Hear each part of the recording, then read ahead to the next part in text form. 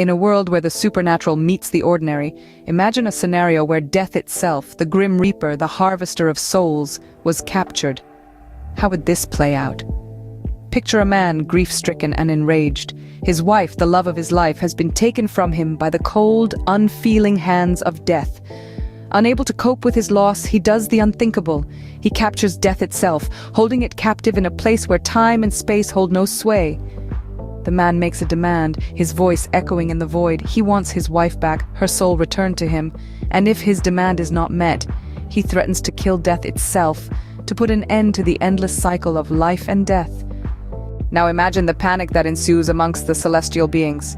They can't let death die, for the balance of the universe depends on it. So they send the only being capable of dealing with this situation, the necromancer, the son of death himself.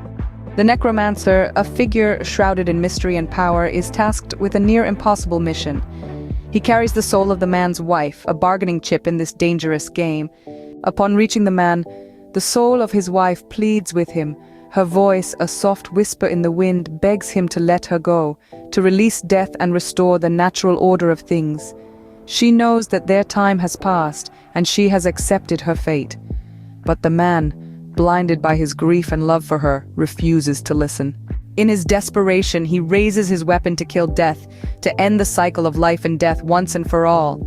But before he can strike, the necromancer intervenes. With a swift, decisive blow, the man falls, his life extinguished.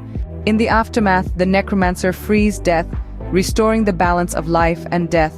He takes the souls of the man and his wife, guiding them to the afterlife. The natural order is restored, but at a heavy cost.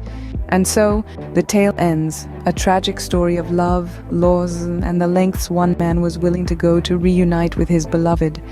A reminder that death, though often feared, is an integral part of life, a part that must not be tampered with.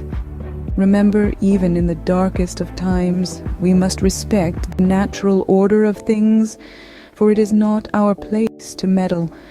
And in our grief and despair, let us not lose sight of the bigger picture, the delicate balance of life and death that governs us all.